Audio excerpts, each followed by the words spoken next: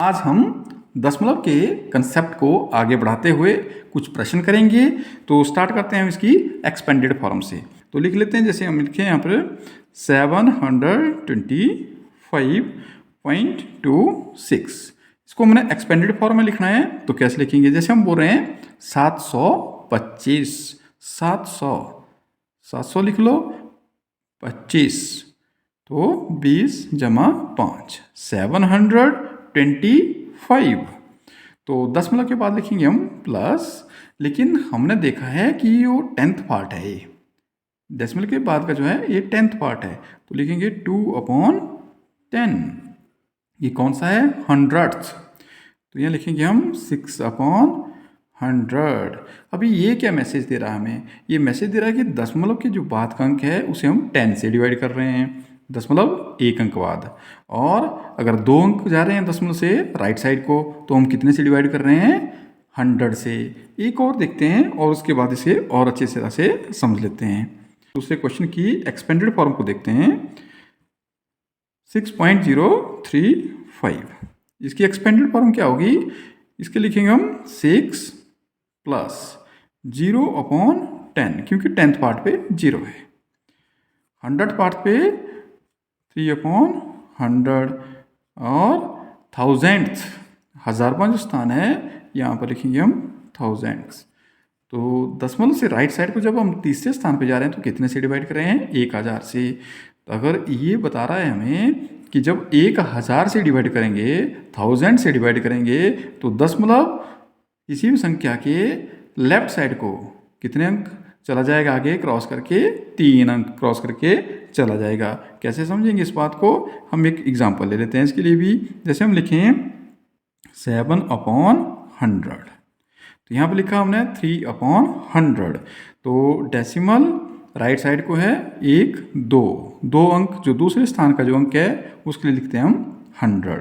तो इसे भी हम चेंज करेंगे, कैसे, तो लिखेंगे अगर 7, तो दशमलव से कितनी पोजीशन है इसकी, फर्स्ट सेकंड, तो इसकी तो अभी फर्स्ट ही है। तो इसकी सेकंड पोजीशन बनाने के लिए हम लिखेंगे 0, फिर यहाँ पर डेसिमल लगाएंगे, और फिर यहाँ पर 0 क्यों लगाते हैं, ताकि ये जो डेसिमल हमने लगाया ये दिख जाए, विजिबल रहे कि यहाँ पर दशमलव लगा है।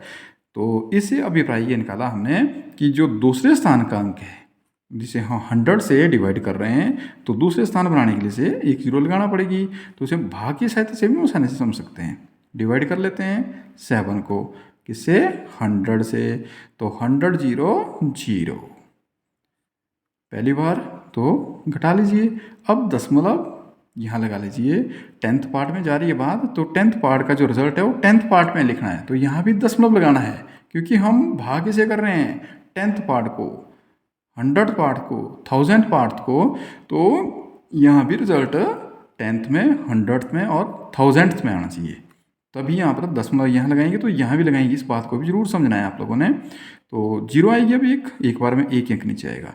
फिर से 70 क्या है, स्मॉलर देन 100, 70 जो है 100 से छोटा है। तो फिर 0 से भाग करो, 0 से भाग कर लिया और फिर सब्ट्रैक्ट करो उसे। अब एक और 0 को से ले आओ, अब हो गया 700, 700 हो गया है। 100 × 7 हो गया 700। तो यहाँ पर आ गया 700। घटाने के बाद यहाँ पर हमारे पास रिजल्ट बचता है 0.07, जो हमने यहाँ लिखा। और ये एक्सपेंडेड फॉर्म भी हमें ये बता रही है कि जब सेकंड प्लेस का, जैसे 100 से हमने डिवाइड किया, तो कहाँ पर है, दूसरे स्थान पर है। एक स्थान यहाँ पर 2 है, लेकिन यहाँ पर स्थान कुछ था नहीं, तो यहाँ पर 2 जो स्थान कंप्लीट करने, जो पहला स्थान है खाली था, उसकी जगह हमने क्या लिख लिया, 0 लिख लिया। बात कर लेते हैं दशमलव संख्याओं की तुलना की, comparison of decimal number, greater, smaller और इक्वल। प्रश्न नंबर 1 है 0.3, 0.30। इस 0 का कोई मतलब नहीं है। इसके बाद अगर कोई अंक और लिखा होता तब इस 0 की वैल्यू होनी थी, लेकिन इस 0 की कोई वैल्यू नहीं है। तो इसका मतलब है 0.3 और 0.3 ही है, तो ये क्या है, बराबर है। अगर हम एक और लिखें क्वेश्चन, जैसे हम लिखें 1.50 और 1.05। फर्स्ट पोजीशन क्या है, इकाई स्थान, वंस प्लेस, यहाँ पर भी 1 है, यहाँ भी 1 है, यानी यहाँ तो ये बराबर है। उसके बाद दशमलव आ गया, यहाँ भी डेसिमल आ गया। यहाँ पर डेसिमल के बाद क्या है 5, लेकिन यहाँ डेसिमल के बाद क्या है 0। बस यहीं पे बात है हमारी कंपैरिजन की खत्म होती है। तो 1.5 इज ग्रेटर देन 1.05। नंबर 1 और चेक करते हैं। इसमें लिखे हैं 3 और यहाँ लिखा है 0.8।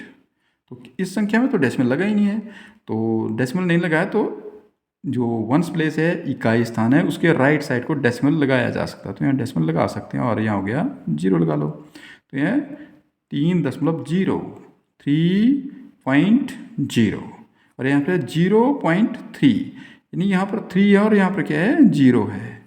यहाँ दशमलव से पहले 3 है, यहाँ दशमलव से पहले 0 है। सीधी सी बात है, ये बड़ा है, ज़्यादा है। एक और, तो यहाँ लिखा है 0.099 और यहाँ लिख लिया है 0.19।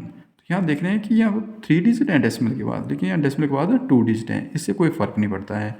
हम क्या देखेंगे कि 0, यहाँ भी 0 है, यहाँ डेसिमल तो यहाँ भी डेसिमल है, यहाँ डेसिमल के बाद क्या है 0 है, लेकिन यहाँ डेसिमल के बाद क्या है 1 है। तो यहाँ लिखेंगे 0.099 लेस देन 0.19। उम्मीद कर रहा हूँ कि आपको ये समझ आ रहा है। बात करते हैं दशमलव संख्याओं के योग की। यहाँ पर प्रश्न है हमारे पास 15 प्लस 0.62632 प्लस 13.8। यहाँ पर दशमलव नहीं है तो क्या करना है, इकाई स्थान के बाद वंस प्लेस के बाद दशमलव लगा लो राइट साइड की तरफ को। दशमलव का नियम है योग वर्ग घटाव के लिए कि दशमलव के नीचे दशमलव ही होना चाहिए, डेसिमल बिलो डेसिमल, तभी से हम जोड़ सकते हैं। जैसे यहाँ पर लिख रहे हैं हम 15 और जब यहाँ पर डेसिमल है ही नहीं तो लिखें कैसे अब इसको। तो मैंने बात करी इसके इकाई स्थान पे, जो राइट साइड को यहाँ पर डेसिमल लगा लो और यहाँ पर दशमलव के बाद कितने अंक हैं 1 2 3, तो यहाँ भी 3 0 लगा लो। उसके बाद 0.632, उसके बाद 3108 खाली स्थान है, यहाँ 0 0 लगाई जा सकती है। दशमलव संख्याओं को जोड़ना बहुत ही आसान है, लेकिन लिखना जरूरी आना चाहिए कि लिखते हैं कैसे हैं, वो जरूरी चीज़ है। अगर आपको लिखना नहीं आ रहा है तो जोड़ नहीं सकते हैं। जोड़ने का नियम तो वही है जो हम साधारण संख्याओं को भी जोड़ते हैं, लेकिन शर्त ये है कि आपको लिखना अच्छे से आना चाहिए कि लिखने का नियम क्या है। अगर आप 15 जो 15 लिखा है इसके बाद दशमलव नहीं लगाते हैं, अगर आप इस तरह से लिख लेते हैं तो गलत हो जाएगा, अगर आप इस तरह से लिख लेते हैं तब भी गलत हो जाएगा। तो नियम जरूरी है लिखने का। उसके बाद जोड़ा तो आसानी से जा सकता है, यहाँ जोड़ लीजिए 8 6 14, 8 से 14 होता है, 5 3 8 और 1 9 होता है। कितना आसान है जोड़ना, कोई कठिन थोड़ी है, लेकिन मेन क्या है नियम पता होना चाहिए कि लिखना कैसे है। नेक्स्ट एक और ले लेते हैं प्रैक्टिस के लिए। नंबर 2 है 0.75 और यहाँ लिखा है 10। तो 10 से अभिप्राय है, यहाँ पर लिखो 10 और यहाँ पर 1, दशमलव के नीचे दशमलव, ये कंडीशन जरूरी है, इसको हमने फॉलो करना है। यहाँ पर 0 लगा लो।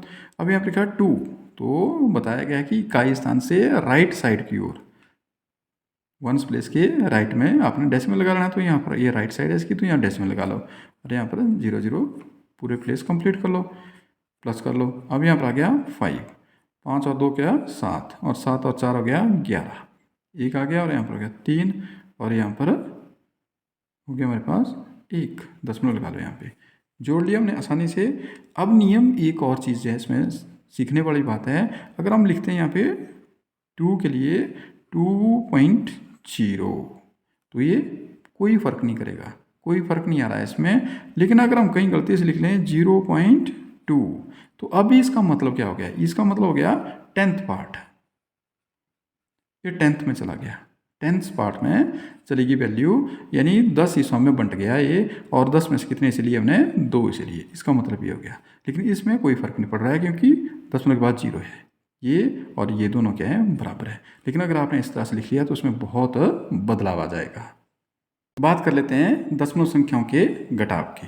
प्रश्न है सब्ट्रैक्ट 202.54 फ्रॉम 250।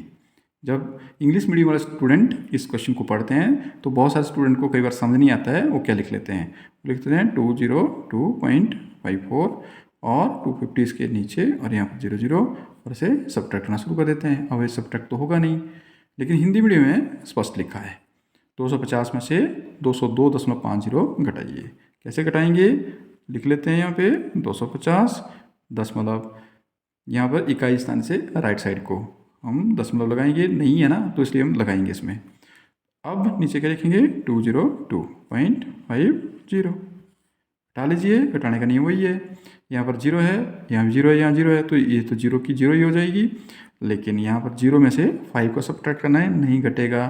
कैरी कहाँ से आएगा, यहाँ से, लेकिन यहाँ फिर जीरो है तो कैरी अगले अंक से चला जाएगा, तो यहाँ पर लिखेंगे हम 4, तो यहाँ पर हो गया 10, यहाँ रह गया 9, क्योंकि कैरी आगे देगा तो यहाँ पर हो जाएगा 10 से 5 सब्ट्रैक्ट करेंगे 5 होगा।